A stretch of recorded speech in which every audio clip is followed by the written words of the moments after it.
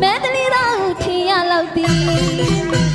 ပယောကကုလို့နာမည်ကျော်လာစေပညာဤပညာအရန်ကိုဝင်းစမ်းပါသည်စေပညာဤပညာအရန်ကိုဝင်းစမ်းပါသည်မောက်ပယောကဝေယောကဝဲယောကကုသပြီလို့ကရဝပေါင်းကိုကဲကသူ့ရဲ့ညီမဝိစရာကြီးဝေးဖြစ်ခဲ့သည်